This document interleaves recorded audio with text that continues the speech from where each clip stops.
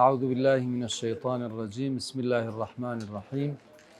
الحمد لله والصلاة والسلام على رسول الله وعلى آله وأصحابه ومن والاه. براني خوشويس، السلام عليكم ورحمة الله. خوشحال لا وانيشي تر لفقه نكاح وطلاق بخزمتان قشتنا أو جيقايك باز لا أواكات كأجر كروكشيك بيانوي يكتر هاوسەرگیری لەگەڵ یەکترا بکەن باشتر وایە سنەت وایە یەکتر ببینن. الرؤية بين الخاطب والمخطوبة دەڵێ ئایا دروستە یەکتر ببینن؟ طبعا دەڵێ بەڵێ دروستە، نعم يجوز بل يستحب ذلك، نەک دروستە بەڵکو هەر سنەتە إذا قصد بذلك النكاح، ئەگەر مەبەست لە بینینەکە هاوسەرگیری بێت، نەک کات کوشتن بێت وەکو هەندێک ئەو کارە ئەکەن. وإن كان بدون إذن الآخر وعلمه، هەرچەند مەسەلەن کوڕەکە تەماشای کچەکە بکە، کچەکە علمی بەچی نەبێ بەوە نەبێت، یان بەعەکسەوە کچەکە تەماشای کوڕەکە بکە و یعنی کوڕەکە نەزانێ مەسەلەن بۆچی تەماشایەکە لەبەرچی ئەمانە، ئەوە بۆچی اکتفاء بإذن الشرع، چونکە لە شەرع ئیزن دراوە، موڵەت دراوە یەکتر ببینن. جا ئەگەر ئیزن بە یەکتریش نەدەن کێشە نییە، ئیزنە عامەکەی گشتی شریعەت ئەوەندە اکتفاء کرێ بەوەندە. ولهما تكرير النظر حتى يتبين الشكل فلا يحصل الندم، ئەکرێ جارێک ببین یەکتر ببین، ئەکرێ زیاتر لە جارێکیش دووبارەی کەنەوە. جاری وایە ئینسان دەچێ بۆ بڵێن بۆ تەماشاکردنی ئافرەتێ لەبەر شەرم، لەبەر چوزانم کۆمەڵی اعتیبارات ڕەنگە باش تەماشای نەکا، یا بە پێچاوانەوە کچەکە مەتەناڵێ وڵا باشم نەبینی، باش دیقەتم نەدا. ئەمانە جارێکی کە دوان مەسەلەن چەند پێویست بێ ئەکرێ تەماشای یەکتر بکەن هەتاوەکو دوایە پەشیمانی لە دوو نەبێ. چونکە ئەمە ئەم هاوسەرگیریە وەکووتمان تەنها بۆ ئەگەر باش بن، ئەگەر ئەهلی بەهشت بن، تەنها بۆ دنیاە لە بەهشتی شار لەگەڵێتی. کەواتە پرۆسەیەکی گەورە و مهمە دنیای و قیامەتیە، دەبێت ئینسان وریا بێ بزانێ چی هەڵەبژێرێ کاتە هاوسەر و هاوڕێی خۆی. إذ لا يحصل الغرض غالبا بأول نظرة، بەیەکەم جار ڕەنگە بە یەکەم جار بینین ئەو مەبەستەی کە ئەو دەیەوێ پێی نەگا و دەسی نەکەوێت. بەڵگەش لەسەر ئەمە چییە؟ ئەو فەرمودەیە کە پێغەمبەری خوا بە مغیرەی کوڕی شوعبە دەڵێ وقد خطب امرأة، ئافرەتێکی خوازبێنی کرد، فەرمووی تەماشات کردووە، فەرمووی نەوەڵا، فەرمووی دێ بڕۆ انظر إليها، بڕۆ تەماشای کە فإنه أحرى يعني شایستەترە أن يؤدم بينكما،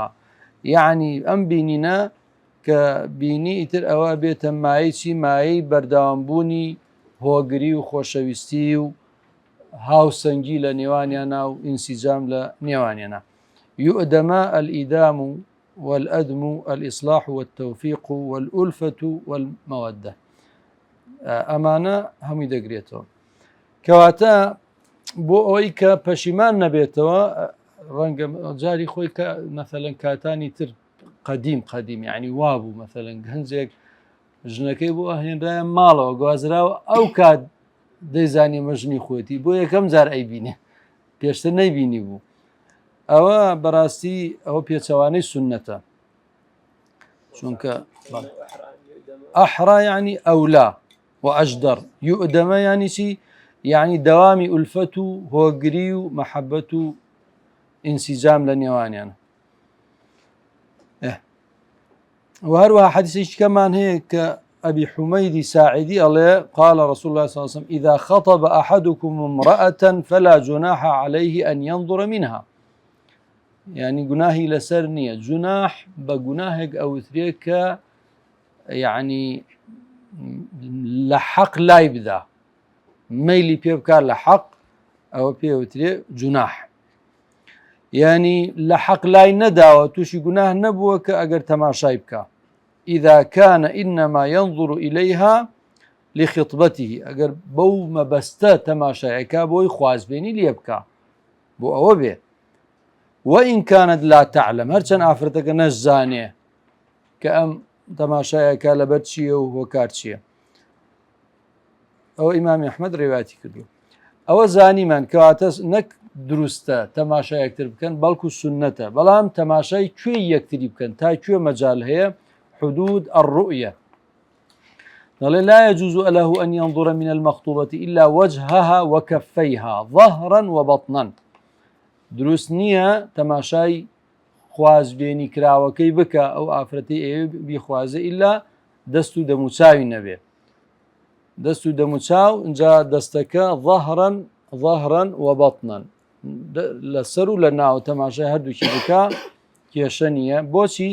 لأنها مواضع ما يظهر من الزينة المشار إليها في قوله تعالى چونکە شوێنی زینەت ئەو دوو شوێنەیە تەماشای دەموچاو دەستی بکە ئەمەی کە لە قورئان ئاماژەی بۆ کرا ولا يبدين زينتهن إلا ما ظهر منها ما ظهر منها لە زینە چییە دەست و دەموچاو ئیتر ئەویتی هەمووی بێدا پۆشراو بێ وانە ئەوەی کە دەرئەکەوێت لە ئافرەت ئەوەی کە عورەت نییە بە نسبەت ئافرەتەوە تەنها دەست و دەموچاوێتی ئەوە مەسموح ئەویتری خۆ نابێ پیشانی بدا هەمووی ئەبێدا پۆشراو بێ کەواتە ئەوەندە مەجال هەیە کە تەماشای بکە ابن قدامة رحمة خوای لێبێ لە مغنیاڵەچی لا خلاف بين أهل العلم في إباحة النظر إلى وجهها أما خلاف تيانية لبين أهل العلم كدروسة تماشي دموچاوي أو آفرة بكا كأيبي خوازي أما ما يظهر غالبا سوى الوجه بيجقل لوجه أو كخوي درأكوي كالكفين وكو هردو لبي دست وكو دست تامچك أما كفة والقدمين وقاتشكان طبعا قاتش خلافي تيدايا خلافي تيدا عورته عورت نية جمهور علماء لن عورته وهو الأصح يعني مراسي رأي أصح لسر أويك قدمين عورته هذا بدا بوشراو بيه تناد نيوجيش بكاره بقاتي دا بوشراو بيه رأي جمهور واضل بلام رأي تري شيء مثلا حنفية كان الروايات يقلا حنبلية كان وتخوشي ناوتي و طبعا ابن تيمية ترجيحي أو روايتي داوى معتمد لا ابن تيمية وهروا إمام موزاني لاي مذهب الشافعي أو رأي وايك بي أفرد عوردنية بلام بجوري آتيك أفرمي ولا يضربن بأرجلهن ليعلم ما يخفين من زينتهن أو أيجينك أو بيش عورته جاء أجر پێ نەدا بە عەرزا بۆ ئەوەی یعنی بۆ ئەوی ڕەگەزی بەرامبەر گوێی لە سەدای خرخاڵەکان نەبێ بە تاکید دەرخستنی ئەو شوێنەی کە ئەو زینەتەی تێدایە ئەوەش هەر نابێ دەربخە یعنی بە ئەولاد نابێ یعنی مادام فەرمێ با قاچی نەکێشێ بە عەرزا بۆ ئەوەی کە ئەو کەسەی کە هاوڕەگەزی بەرامبەرە پیاوەکە گوێی لە چی نەبێ لە سەدای ئەو خرخاڵانە نەبێ بمحكمة قاسي أداب عرزابوي كجولي أو بو لبرو كواتا مادام أو جائز نبي كواتا درخستني أو شوينيك أو زينة شي داية هر جائز نية كواتا أو بقوة أو بوشونا باشا جاء أو بوشونيك أوش رأيك لنا فقه إسلامية بابا ما ظهر منها طبعا لصحابه حل سردمي صحابه تا استوتا قيامة رنج أو حسب نبي ما ظهر منها خلافي تدا هلا بين صحابة مثلا ابن مسعود فري ما ظهر منها الثياب والجلباب بس عمو يبدا بوشرا بالسر تاخوار بس جلبرك ما ظهر منها يعني نبي هيك شوي بدروا به ابن عباس جلنا ما ظهر منها الكحل والخضاب تيجي باشا كليتشاو لقال أو كدسي بخنا أوانا يعني شيء يعني شويني أوانا بله أجر هاتوا وإن لم يتيسر له أن ينظر إليها أرسل امرأة تتأملها أجر بوي نكرا مثلا خوي تماشايكا لبرو يدورا مثلا لبدسي بيناقا وما نبرا تماشايكا أو حسن يستام مثلا هن هي أو ويانا هي تصوير هي أمانة هي بس أو كاتا وشتانا نبوة راسي الرنقة بيوني زول باش در نكوي بو إنسان يعني ويانا جاري واهي مثلا وانە فۆتۆشۆپە یا وات فلتەرێکی لێدەن ئیتر ئەوە ئەیکاتە مەلیکە جەمال مەسەلەن ڕەنگە لە واژ نەبێت. وإن لم يتيسر له أن ينظر إليها أرسل امرأة تتأمى ئافرەتێک لە خزمی خۆی کەسی خۆی یا هەر ئافرەتێک کە جێسیقە ئەنێرێ بۆ ئەوی کە ورد ببێتەوە لەو ئافرەتەی کە ئێوە خوازبێنی لێ بکە وەتەصیفها له دوایە دێ باسیەکاڵێ ئاوا بۆ شێوە باڵای وابوو مەسەلەن قەڵەوی زەعیفی مەسەلەن جوانی ئەمانە هەمووی بۆی باسەکە لأنه بعث سليم لأنه يعني پیغمبر عليه الصلاة والسلام بعث سليم إلى امرأة أرادت أو ألفك نقصان أرادت أن تتزوجها فقال پیغمبر عليه الصلاة والسلام يسي آفرتي خوازبيني ليبكا سليم نارد فرمي برو سليم تشيبكا انظري عرقوبيها برو تشيبكا برو تماشاي أو ڕەگی سەرەوەی گۆزنگی قاچی بکە ها گۆزنگی قاز ئەوە پێشە ڕقەکە ئەنجە سەرەوەی دوو ڕێگی هەیە لەم دیدیۆ ئەوە تەماشای ئەوە بکە ئەوە لەبەرچی بۆی بزانانی ئایا لاوازی و قەڵەوی و ئەمانە تەوان ئافرەت ئەگەر باش خۆی داپۆشێ و جلوبەرگی فراوان بێ نازانی مەسەلەن لاوازە یا قەڵەوە ئەمانە بەڵام ئەوە فەرمی بڕۆ تەماشای ئەوە بکە وەشەمی عەواریضەها ئەوجا بۆنی چیشی بکە بۆنی لاشەیشی بکە بزانە ئایا بۆنی چۆنە ئەوە بۆ چکە ئەمانم زەرورە چکە ینی ئەتەوێت تۆ لەگەڵ ئەو ئافرەتا بژی ینی دێ باشە ئەگەر وابێ مەسەرم نەفرەتی لێ بکەی یا بێزدی لێ بکەی ئەمانە ئەوە ناژیت لەگەڵی ناژیت و ژیان بەردەوام نابێت بۆیە فەرمووی ئەوە بکە کەواتە ینی دروستە ئافرەتێکیش بنێرێ تەماشای ئەو شوێنانە بکە. ئێستا بینە سەر بابەتێکی کە ئەو شەر ڕەتی بەمەوە هەیە بە تەماشاکردنەوە هەیە حكم نظر أحد الجنسين إلى الآخر تماشاي هاو رجزي برانبر بو يكتر أمانة تماشاكرني يكتر شونا الله يحرم نظر رجل بالغ عاقل مختار ولو شيخا أو عاجزا وكذلك المراهق وهو ما قارب البلوغ حرامتي تماشاي بك إلى أي جزء من جسم المرأة الأجنبية حرامة پیاوێک باڵغ بێ ینی منداڵ نەبێ باڵغ بێ ئەنجا عاقڵ بێ شێد نەبێ مختار بێ مکرەه و زۆری لێ نەکرا بێ وەلەو شەیخەن با پیاوەگەجاخۆ ئەو پیاوە مەثەلەن پیرە و ئەمانەی و با پیریش بێ ئەو عاجیزەن یا حتا با عاجز بێ لە زەواج و لەو شتانە وەکە هەروەها ئەمە پیاوێکی پیاوانەش نەبێ مەثەلەن مراهقێک بێ مراهق ینی مێرد منداڵێکیش بێ باش ئەوەیە کە نزیکی بلوغ بووەتەوە بەڵام باڵغ نەبوو بێ ئەمانە هەموو حرامە لە سەریان تەماشای چی بکەن تەماشای هەر بەشێک لە ئەندامەکانی جەستەی ئافرەتێکی بێگانە بکەن حرامە وەلەو کانە ذلك الجزء الوجه والكفين ئەو بەشە هەر چەند دەست و دەموچاویش بێ ینی دەست و دەموچاو بە نسبەت پیاوە تەماشا بکە هەر حرامە ئەلبەتە بە شەهوەتەوە باسمان لە شەهوەتە نەظر بە شەهوەت ئەمە تۆ چیتە ئەو بازارە بخۆت مەسەن لەوانەیە سەدان ئافرەت بێتە پێشچاوت ئینەما لەکە الئولا وعەلەیکە الثانیە ئولا چییە؟ ئولا نەظرەی هامیشیەوە بەرچاوت ئەکێ بەڵام ثانیە چییە؟ بە تەرکیزە ئیتر ئەو حرامە کەواتە ئەگەر بە شەهوەتەوە بوو حرامە ئەگەر بەبێ شەهوەت بوو ئەوە تەرکیزی لەگەڵانە بێ ئەوە ئەوها وەکو ڕێبوارێک تەماشاکەی ئەو قەیناکە کێشە نییە ولو لم تكن هناك فتنة على الصحيح في المذهب لەوانەیە بڵێ کورە قەیسێکە خۆ ئەمە فتنە نییە و ئەمە مثلا ئەوە نییە ینی تووشی فتنە و بەڵام نابوو من ئەمینم لە خۆم و من وام و من ئیمانم بە قوتۆمان ئەوانە نابێتە پێوەەر ئەوانە نابێتە پێوە چونکە يعني وەکو ئەڵێ ها ئەڵێ ئەگەر حەزەتی یوسف بێ لەگەڵ خاتو مەریەمە چەند ئاستی ئیمانیان بەهێز بێ ئەو دوانەش بن نابێ لە شوێنێکە بەتەنها پێکەوە خەلوە بکەن ئەزە خۆ ئەوانە مەتە ئیمانیان زۆر بەهێزە ئەو شتەریان لێ ناخوێنرێتەوە کە کاری خراپ بکەن بەڵام هەر نابێ بۆ چونکە شەرع کە قانونێکی دانا قانونێکی عام دانێ بۆ هەموو کەسێ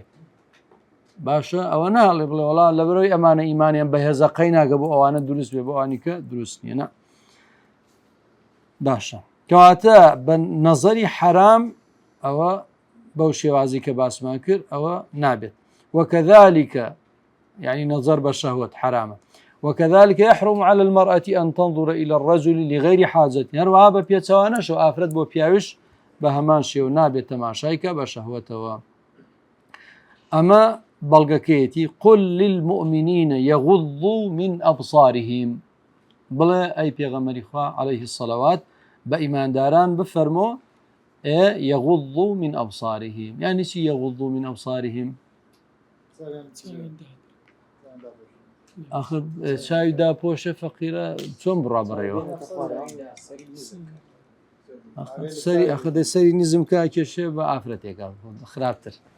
هاني سري داخا سري داخا أقر دقت بكين لآتك فرمي يغضوا من أبصارهم منك مني تبعيضة بەشێک لە بینینەکانیان کەم بکەنەوە غەض ینی کەم کردنەوە بەشێک لە بینینەکانیان کەم کەنەوە یعنی ئەو بینینانەی کە بە شەهوەتۆیە ئەوانە نەکەن ئەمما تۆ خۆ ناکرێت چاو داخەی یعنی مەبەست لەم ئاەتە داخستنی چاو نییە باشە نەداخستنی چاوە نە ئەوەش خەڵکێگەڵە وڵا برا چاو داناخرێ يعني چی يعني بە کەیفی خۆم تەماشاکەم واش نابێت چاو بازە ئەوەش نابێت ئەبێت چی ها قورآنە فەرمی یەغضوا من ئەبصارهم ئەوکو چۆن لە سوورەی لوقمانە فەرمێسی واغضض من صوتك واغضض من صوتك يعني دەمت قەپات کە ها نا يعني هەندێک لە دەنگت بێنە خوار يعني دەنگت زۆر بڵند مەکە بیەنە خوار کەواتە لێرەش بە هەمان شێوە مینەکە بۆ تەبعیزە ناکرێ ئینسان چاوی داخە سەری داخە بڕا بە ڕێگا ئەگەر نەکێشێ بە زەلامەکە کێشە بە دینگەیەکە بە عەمودێکە وانە نابێت بەڵام بۆ حفظی فروجە فەرمی ويحفظوا فروجهم ئابێ بە تەواتی بە کاملی ئەبێ پارێزگاری لە دامێنی بکات چونکە ئەو مەجالی تیانە هیچ ذلك أزكى لهم ئەوە ینی ئەوە ئەبێتە مایەی گەشەدان بە خوڕەوشتە دەرونیەکانیان زەکات ینی چی زەکات ینی گەشەدان بۆ ینی گەشەدان النمو الحاصل عن بركة الله ئەوە زەکات گەشەیەک کە لە ئەنجامی بەرەکەتی پیتی خواوە بەدەست هاتووە ئەوە پێوتێت چی پێوتێت زەکات جا تەزکیەة النەفس زەکات النەفس ینی گەشەدان بە خوڕەوشتە دەرونیەکان صبر صدق شجاعات وفاء ئیتر إلى آخره ئەوانە پیانەوترێ ئەمە باشترە بۆ ئەوەی کە گەشە بە دەرونیان بدا إن الله خبير بما يصنعون يعني بس چیە لێرا خبير بما يصنعون خۆ ئینسان کە ئەچێ بە ڕێگا يعلم خائنة الأعين وانە وما تخفي الصدور وقل للمؤمنات بهماش وخطابك الروكات آفرتانش للمؤمنات يغضضن من أبصارهن أيش بهماش ويحفظن فروجهن أما حكمي تماشا كردنكش يعني اللي أنا بلا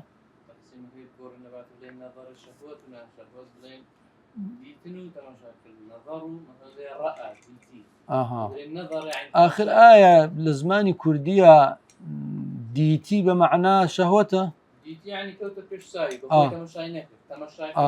تماشا كردن آخر أبي بقرينو بزاين آية أول شيء فعلا بو معناه هاتوا يسأل قرآن أملا اشتيك ماني دو مصطلح ماني نظر ماني بصر ماني فرق هي لبين النظر وبصر قرآن فرمسي وتراهم ينظرون إليك وهم لا يبصرون سكافر نظري هي بس بصرينية بصرينية صم بكم عمي عمي يعني بصرينية خوشاوي هي خوشا عينش بصرنية عين وسيليك بو وسيلة إنسان شد بينه بصر دكا أجرنا بصر هيزك اللي هيزكاني روح كنالي أم روح كنالي بينينك بس هي بتشاوى كنالك جا نظر چییە؟ نظر تەماشاکردنێکی اعتیادیە، بەڵام بەسەر النظر مع التحديق والإدراك، يعني سرنجي أدا، يعني هناك يعني شاي لسا دا بدقته وتماشاك بدقته وتماشاك. لقرآن فرمي والذين باسی ئەوە کە کافەرمی ئەدەن بەلای ئاەتەکانی خوا بە سەرنجی نادەن و باسی ئاەتەکانی خواکە فەرمێ لەم يخروا عليها صما وعميانا، والذين إذا ذكروا بآيات ربهم لم يخروا عليها صما وعميانا، يعني كأسن ئاەتەکانی خوا ئەبینن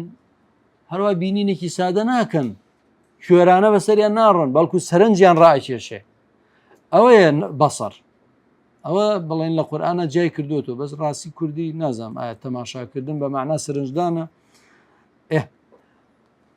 وحيثما حرم النظر يا حرم النظر هردوك يا كري حرم النظر فيما ذكر حرم المس. باشا مادام تەماشا کردنی بە شەهوەت حرام بێ، ئەدی تەوقە کردن دەست لێدان ئەوش بە ئەولا حرامە. ئەجا باشە هەندێک ئێستا تەوقەکردن بە حەڵاڵە زانی و ئەیکامانە چۆن حەڵاڵی کرد، چۆن حەڵاڵی کرد لە کاتێکان نەزەر حرامە بە نەسی قورئان. فما فوق النظر بتأكيد حرام، وەکو چۆن قورئانە فەرمێتی ولا تقل لهما أف، أف لە بەرامبەر دایک و باوک مەڵێ ئۆف.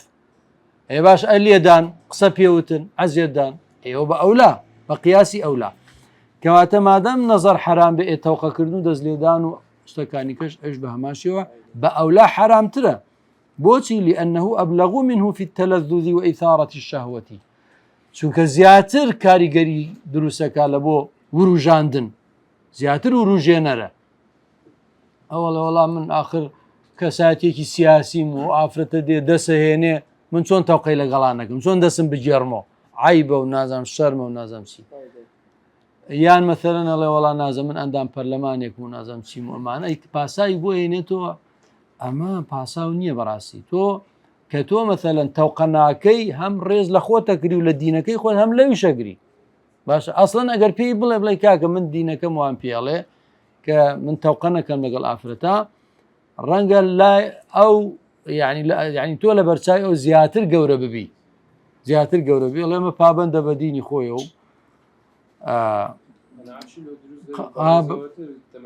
بەڵێ بە تاکید. کەواتە تۆ یعنی لە بەرخاتی قسەی خەڵک و مجامەلات و ئەمانە ئەو شتە نابێ بکەیت. بەڵێ حکمی تەماشاکردنی منداڵ کیژۆڵەیەکە مەسەن ئەسەغیرە یان کوڕ مەسەن ئەمە کیژۆڵە مەسەن پیاو بە نسبەت کیژۆڵە یان مەسەلەن ئافرەت بە نسبەت منداڵێکی کوڕ ئاها حکمی چۆنە فەرمێ لا يحرم النظر إلى الصغيرة التي لا تشتهى. باشە یانی کیژۆڵەیەکە نەگەشت بێتەوە ئاستێککە ئینسان ئارزوی بچێتە سەر ئەوە حرام نییە تەماشاکردنی. ئەوەش بەچیا دەزاندێ؟ طبعاً لە سەردەمی بۆ سەردەمی ئەگۆڕێ، باشە لە ژینگەی بۆ ژینگەی ئەگۆڕێ، ینی ئەوە بە گوێرەی عورفە. مەثەلەن ئەگەر وابوو مەثەلەن منداڵ جاری وایە بسن لە تەمەنی 7 ساڵ بەرەوسەر ئیتر توشتەها مەسەل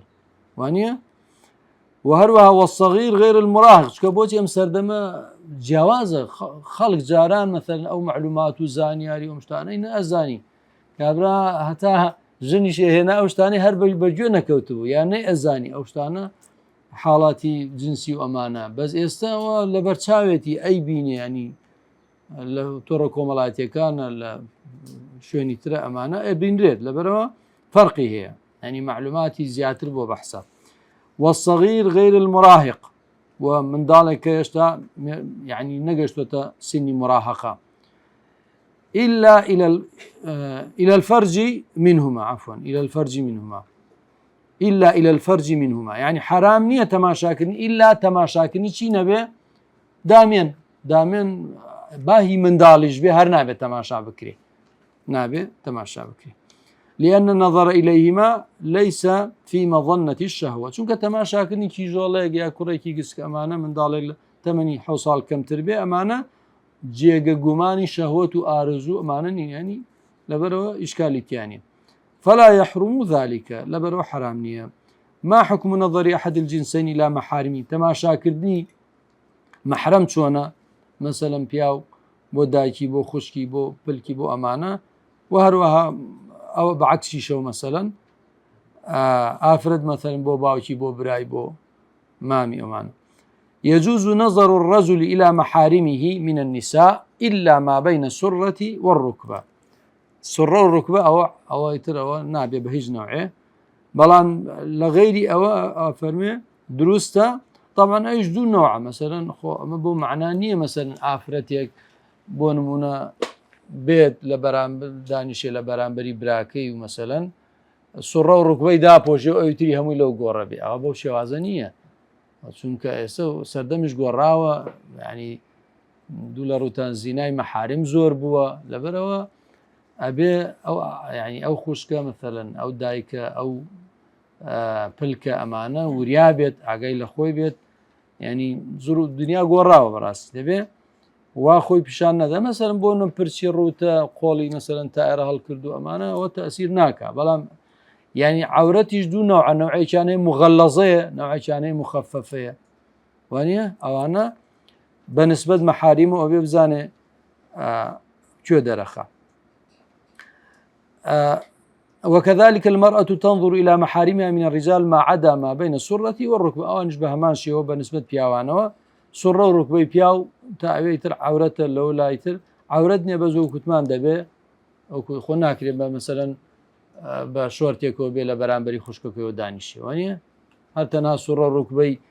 داپۆشی بێ ئەوی تری بە دەرەوە بێ ئەوە ئەگەر باسەکە حرامبوونیش نەبێ باسەکە یعنی وەکۆڵە سەدی ذەریعە وەکو چۆن فەتحی ذەریعە لە شەریعەتە سەدی ذەریعەش هەیە بۆیە ئیبن عەبدولبەر ئەفەرمێ چی پیاوێکی زۆر گەورە بۆ ئیبن عەبدولبەر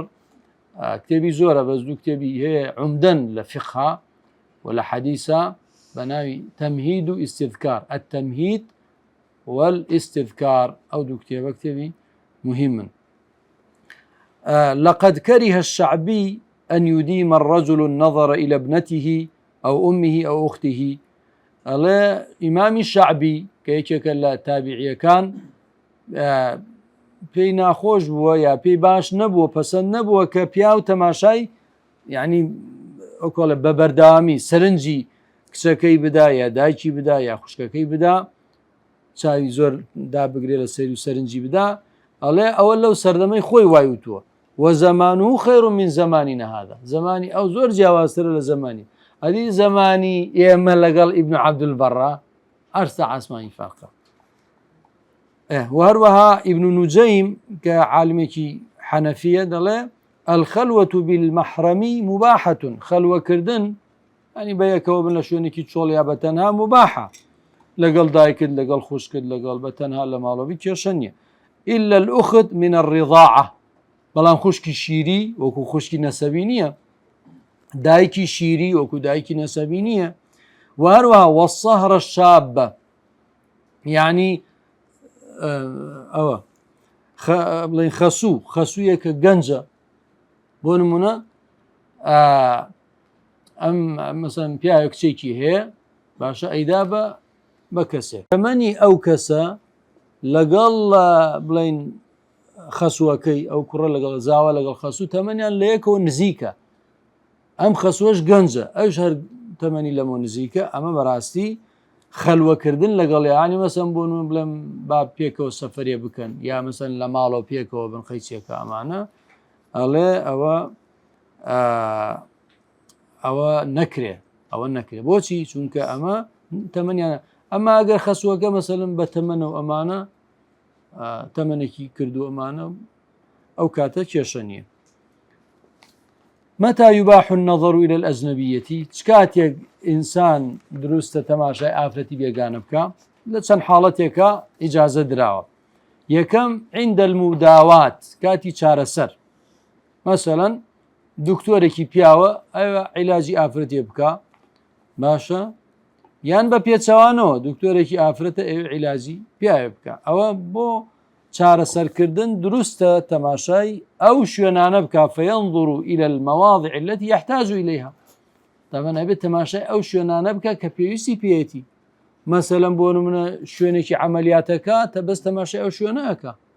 ئەتر نابێت بڕە تەماشای هەموو شوێنەکانی تی بکە لأن في التحريم حرجا چونکە ئەگەر حرامی کەی بڵێ وەڵا نابێ هیچ پیاوەیەکی دکتۆر مەسەلەن هیچ ئافرەتێک ببینێ یا هیچ ئافرەتێکی دکتۆر هیچ پیا ئەمە حرەجە جاری وایە لە گوندێکە لە شوێنێکە بۆ نمونە یەک پیاوە هەیە دەرزی لە خەڵکەدا دەیتۆ بڵێ وەڵا نابێ چی بکە نابێت لأن في والإسلام دين اليسر ورفع الحرج إسلامش طبعا دينك آسان كاري تيدا حرجنا راحتي تنلاني هل قرتوا وما جعل عليكم في الدين من حرج منك بو تأكيد نفيك هيج حرجك إلا لدينانية يعني اشتيك كإنسان والي كانت واني أنجامي بدا اشتوانية هاوتمان وسع لا يكلف الله نفسا إلا وسعها وسع يعني قدرتي فراوان بو أنجام داني كاريك نتنها يعني الله يشا مثلا لتواناتي فراواني نتواناتي سادنية بلغج لسلامتشية إمام مسلم لجابري كل عبد الله رواياتي كدوك أم سلمة الله استأذنت رسول الله في الحجامة إذني ورقت يا رسول الله إذن دبا من حجامة بكم فأمر النبي أبا طيبة أن يحجمها أبا طيبة بياك دكتور بو لو سردما رنقهر أو يقدوانك أو لبو به أو جاء أمري كربة أبا طيبة كتشيبك حجامي بوك أمش درسك مهم تيدا يعني أبوه نمونا طبي نبويان كردو بسي بشتيق يعني يتر لشويني دكتورو لشويني علاجو لشويني بزيشكو لشويني هموشتي يتر هرچي الله لكاك برو رشك بخو برو هنجين بخو برو نازمسي بخو فركاك هنجين أخوي كابرا شكريتي شكرية فولة بي سو نبي أخي تو بو هرچي اشتي هموش شكري يا مثلا آتكي بسر أخواني بو همو دردو نخوشه يا حديث يقياشتي يعني أما بيغمري خو عليه الصلاة والسلام بو خوي مقا طبي نبوي أو نية ايو أبا طيبة ألا ورا حجامة بو يبكى بو أم سلمة بكى وحتى عائشة خوالي رازي بيه دايشي ما عندها فرمي كان النبي صلى الله عليه وسلم رجلا مسقاما بيغمري خو زوزون خوشكوت يعني جستي زور أو نبو زوزون خوشكوت وكانت العرب تنعت له والعجم دكتوري عرب وعجم هاتن هنيان بونسي داو درمانيان بونسي باو بخوا باو عواب باو ابكا با خوي لوشتان باريزي اما قال اما نالين طبي نبوي ايتر بيوسي بكزني ايتر نابي يعني بيغمري خو عليه الصلاه والسلام خو بو نهاتو خلفيري دكتوري بكا يا خلق مثلا فيري هندسه وكيمياء وفيزياء وامان بكا بو هاتو بيغمري خو خلفيري هدايات بك هداياتي ينا وخلق لبدبختي ولا جهالة والنفامي قمرأي رزقارك لبرو براسي أو مجالي طبي نبوي زور مبالغاتي تياكراو زور مبالغات نالين طبعا هر بكار نهين نا بلام بكاريني وكو أزمونيك وكو تجربيك باشا بلام تو مثلا إسا علمي أمرو قشتو باشتيك مثلا أو شتا ديان وصدان جار أزمون كراوة دراسة كراوة ليكولينو لكراو كاك أو داو درمانا بكار بين أو باشا أجر أو مثلا بكار دي هنا وهيج نتيجة نبو خيتشيكا مثلا أو شتيكا بيغمري خواه فرمويتي لفرموديكا أوش بكار بينا بنيتك صافو إن شاء الله نا إنسان أزاين شونا أويكا بيغمري خواه عليه الصلاة والسلام فرمويتي وكو أزموني سردمي خوي فرمويتي أزموني براسي روش بروش شيكا تطوركا برو بيش الروا وانيا روش بروش علم برو بيش الروا مثلا إسا علاجك كبون من صالقاني حفتا دان راوا إسا لقل إسا وكو يستيه نا نا آخر زين شو براجان أوي بيغمري خو عليه الصلاة والسلام يفرمي وكو إمام ابن القيم فرمي أما اجتهاداتي بيغمري خو أما هموي بواحينية مرزنية هرشي فرمو بيغمري خو بواحي فرمو بيتي أبي بزاني كامي بواحية كامي بواحينية شكا السنة دو نوعة باشا إمامي قرافي إمامي عزي كري عبد السلام باشا إمام كاني ترباز لكن سنة دو نوع تشريع وغير تشريعه طب نبي ناس يتبواري تشريعه تيجي أزمونة تجربية اجتهاداتها مثلا وكو تأبير النخل فرمي أم درختي دار خرما هين مكان متربة مكان نينكر يدعو النبو خرما نبو يكتبوني يوتي والله آخر جناب دوات فرمي أنتم أعلموا بأمور دنياكم طب لأمور دنيائية براجان هندسة فيزياء كيمياء أمانة بس تو في غمر خالص درباري الدين هرشي بيو فرمي أبي التزام كي أما مثلا بونو الكمأة من المن وماؤها شفاء للعين تو أقبري أو بكيت رنجا بروي أو لخوتو قارشيك بيني أو كي بقولي بكي تشاو كير ببي أبي بزاني كام قارشكي وكام نوعية ورد ببي تولي خوتو ناكري بو كجار روشتي هر قارشيك أنا بيقولي بكي تشاو أكري هتسنن بابتي يمني وموضوعي كي دورو دريجة مقصدم لتشيا أو أجا باشا أجر وهايا بيغمر إخوة بوسي مثلا دكتوري عرب وعجم هاتون داو درمان ينبونو سيوا برو تماشاك إمام ابن القيم لو ما جالا زاد المعاد اشتي جواني فرموه بله كواتا وكذلك فللرجل مداواة المرأة إذا كانت الضرورة تتطلب ذلك بو بياو هي أفرد شار سركة بهر نوعك شار سركة بيوسي بيها بي شار سركة حتى بقات آسي نشتر قريش طبيعية أجر ضرورتك هبو داخوازي أو يكر وأجر أما ضرورة هبه سبب داخو هندي جار والله برسياري وما لك زو السير غريب صاد دروس مثلا هندي شوني حساسة أفرد مثلا بروما بردسي بياو مثلا أو شون حساسة أنا بوشتي تجميليات وبو أشتانا يعني ناتوان من اشتكان باسكم بيلم خطان زان أوانا براسي زور غريبة تو شو نبي أفرد أوها بوشتي كماليات وتجميليات وأمانة سيتا بردسي بياوي بو خوي هاد جائزني الأساس أو تجميلات أنا كواكري باشا أمجا أو بيبرا لا بياوي كيش بيكا هندي جار مثلا كيشكي كردوه أو زهاتو برسياري شكا والله ما وصل جلسة يكم يشم كردو أي بخير نيتو أي بو برسيار بنكر نابي أوشتا نابي وريابت إهماليتي نكا وأجر آفرتك يجنبوا شار سريبكا يعني لو اختصاصا مثلا رنجا آفرت دكتور هبه بلام أو آفرته ناتواني علاجي أم كابا باشي ناتواني لبنوي أو اختصاصي أو نية ايش أو اختصاصي هي بياوة ايتنا شارين شبكي وكذلك للمرأة مداواة الرجل إذا لم يوجد رجل يعالجه أشبه مانشيوه بياوة تواني عافرت علاجك بمرجع أجر بياوة يقنبو تا بياوة هبه أبي بسيبه لاي بياوة لكن لا يعالج الرجل المرأة إلا بحضرة محرم أو زوج أو امرأة ثقة ما مهمة جاري واهي مثلا عافرت أسيبه لاي دكتورك بياوة كشي لغلاتي لدرو دانيشيو عافرت نيرة تجورة بتاقيتنيا لغل أو هنا بيت أو من دروس نية ما خلويت شون جائزة أو بياوة شون قبولك حتى أجر مثلا كابراي درجان بلا نابي بشي تجور أو أنا لكاك نابي خزان نابي مجور طا أسم بلا دكتورك نسيت خزان نري تجور بتنها بلا دكتورك فحصي بك أو علاجي بك أو معنا بأخوي لقل يا بيت أنت باشا مردي خويتي أو يعني لهموكز لبيشتري لقليبي لبرو نابي حتى أجر مثلا مردي جنبو مثلا محرمك لقلبي برايكي كسيشي خشكي حتى أجر عفرتك حتى أجر خشكي شي نبي مثلا عفرتك يسيق لقل خوي بري بيك ولا جورو من خيناك يسا لو صالح عملياتها مثلا الدكتور بتنهانية أما دكتوري سركي جراحة أما دكتوري بنجو أما كوملا سسترة وأما أنا مجموعة يكن لوين يعني هو يتر هين لو درسو مثلا هو يتر بيا مثلا أجر خوشي نرى لقل خيزانية كيشانية بله والله نابي عفرت بسيت بردسي بيا سونري بوبكا نابي هو عفرت هي زور وزبان عفرت سونر هي بقى عفرت بوي بكا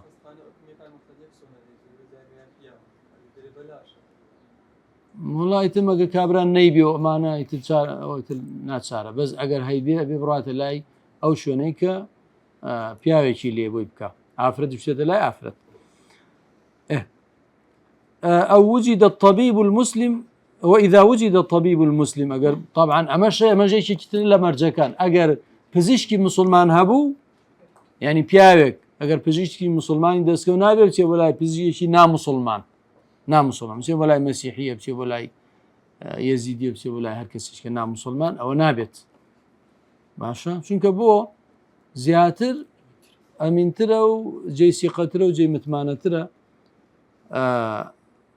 بەڵام ئەگەر نەبووی تر ناچارەچ ئەمە خاڵێکی کە عند المعاملة لە کاتی کڕین و فرۆشتنە جائزە پیاوژن تەماشای یەکتر بکرد مەسەلەن ئافرەتێکە چێتە دوکانێک شتێکە کڕێ ئێخوا بێ ئافرەتەکە تەماشای پیاوەکە بکات بۆیە چکە سبەینە لەوانەیە مەسەن جلوبەرگێکی کڕی بێ ئەیباتە ماڵە بینە تەسکە لە بەری یا زۆر بەرینە بێ بۆی بەرێتەوە چی لێ بکە وانە ئەو حەجمەنیە چێ ئەی گۆڕێتەوە ئەگەر مەسەلەن نەیبینێ تەماشای نەکە ئەڕاتە خۆی کا بە دوکانێکانی ئەو دوکانە نییە کە ئەو بۆی چووە لاانە بێتە کێشە بڵێ خوشک من یەکەم جارە تۆ بینەوە تۆ لای من نتکڕیوە ئەم شتە بەس ئەگەر دوکانەکە بزانێ و شخصەکە بناسیەوە یا تەماشایکە و بە هەمان شێوە دوکاندارەکەش تەماشای ئافرەتەکە ئەبێ بکات چکە دوایە مەسەلەن ئافرەتێکی کە مەسەلەن هاتووتی ئەمەم لە تۆ کڕیوە ئەڵێ نەخێر من لە من نەکڕیوە فێڵی لێ نەکرێ عند الشهادة لكاتي شهادتان ماشا مثلا عفرتك مشهود عليه يا مشهود له هو باشا يا هر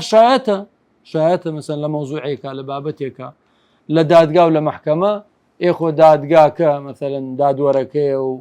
أواني لقليني أو يا أواني تر مثلا كليو مثلا كدانشنو أمانة أوانا همي تماشي أو عفرتك يعني عفرت تماشي أوانك أو بله عند الشهادة لكاتي شهادتي دانا لداد قال لمحكمة شو مشهود عليه بيتشي بمشهود له بيه شهادتي لسر بدري أبو بدري وأمش لكاتي شهادتي دانا لكاتي تعليم فير كردن يعني مثلا تو درس الله يتوى لقطاب خانة مثلا زانكو لهالشوينة يعني مثلا أجا بردها به لبيني تو لبيني فير خوازة كان أو أنا مثلا كسن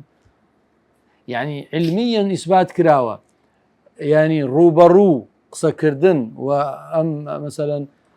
تعبيراتي وجهه بكارناني دسو أمانة أما لصاح حفتا أو معنى ومبستاني تو هتا ديقيني ببرامبر بلا ما قر نبو عاجز يكبو پرده يكبو ناقات باش ناقات كواتا الريدرا ولا روي الشرعية واني حتى لسردمي في غمري خواه أفردات ونيجيان كلو لمزقوتا پرده نبو كواتا أي طبعا تماشاكرنكش بجوري بيويست يعني بو أندازة تماشاكا كبيويست لأن كل من المعلم والمتعلم قد يحتاج إلى نظر الآخر والضرورات تبيح المحظور أما الضرورة علم تيربون ضرورته لبرو تماشاكرنكش أو كاتا دروست أبي بجوري بيويست إنما يباح بقدر الحاجة بو وكوتراو الضرورة تقدر بقدرها باندازي خوي چەند پێویستکە نەک مثلا زۆر تەرکیز بکە و ئەمانە تەماشایەکی عامیانەکە و بەو شێوازە بەڵێ أي طبعا وتمان عورتي عافرت همي عورت جا لدسو دموچاوی نەبێ إيه تەماشای دەموچاوێکی تۆ تەماشای شوێنەکانی تر ناکەی چونکە بەڵێ نابێت تەرکیزکەی لەسەر ئەو شوێنانەی کە ڕوتە تەنها تەماشای دەموچاوێکەی کە قسەت بۆ ئەوکە ئیتر بەو شێوازە ئەنجا خۆ دیارە وتمان نەزەر هەیە و بەسەر هەیە و سەرنجدان هەیە و وانە تەماشایەکی عابیریەکەی ئەومان هەندێک شت هەیە پێوتێ مما تعم به البلوى يعني إنسان مبتلى بووە زەتۆزیدە ئەو بازارە یەک دنیا سفوری لێ وانە چیەکەی خۆتو ناکرێت چاوت داخەی هەر بە تەئکید کە ئەڕۆی بەبێ ئیرادی لا ئیرادی تۆ چییە سەرەت هەڵتەقێ بە سفورە بۆ ئەندامانەشی کە بەرەڵای کرد بەس ئەوە وتمان چییە نەزەرەیەکی عابیرە و سرنجدان نییە بەڵام تەمان ئەو مامۆستایەکە و ڕاوەستا و لە پۆلایە و بەردەوام قسەیەکە و ئەمانە ئەوە فەرقی هەیە ئەوە تۆ نابێ زۆر سرنجی بێتێ ئەوە تەنها تەماشاکردنیەکە بۆ فێربوونەکە و تەماشای دەموچاوەکەەوە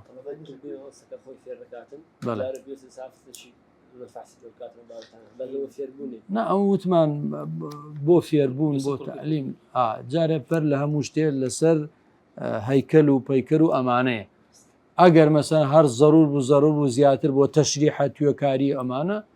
ئەوە چۆن فێر بێ کابرا مەسەلەن چۆن بزانێ دڵ لەکوێیە مەسەلەن پەنکریاز لەکوێ فلان لەکوێ ئەبێت تەشریح بکرێ و ئەو شوێنانە ببینێ ئیتر هەر دکتۆریش مەسەلەن ئەنواع اختصاصات هەیە ئەمە اختصاصە لە مێشکە ئەمە لە دڵە ئەمە لە گورچی لە ئەمە لە شوێنی ئەوەش بە گوێرەی شخصەکە ئەگۆڕێ هاکە لەو دکتۆرانە خوا موفقی کاوتی بە فەزلی خوا ئێمە دکتۆرین لە شوێنێکی حساسی ئافرەتیشا باشە تەماشاشی ئەەکەین و دەستیشی لێ ئەدەین و یعنی دەستنوێژیشمان ناشکێت تەمان بەڕاستی ئەوە زۆر مهمە ئەوە گەورەیە و ئیمانێکی بەهێزەوە ئەمە جێ شانازیە ینی کامرا گەشتوت ئەو ئاستەی کە ئەمە ئەم کەسە هاتووە من عیلاجی بکەم جێی بەزەییە جێ ئەوە نییە من تەماعی تێ بکەم و وانە کەواتە بەو شێوازە ئینسان ئەگەر بە تایبەت ئەگەر لەو لاشەوە مەسەن خۆی تەحسین کرد بێ یان بە ئیمانێکی بەقووت یان بە مەثەلەن بە ژنی هێنابێ ئەمانە نیتی ئەو شتە زۆر کاریگەری لێ ناکە و لە کاتی تعلیماوتمان بەو شێوازە ئێسم کۆمەڵێ مەسەلەمان هەیە کاتمان تاوە لێ ڕابوەستین باش وصلى الله وبارك على محمد وعلى آله وأصحابه أجمعين السلام عليكم ورحمة الله وبركاته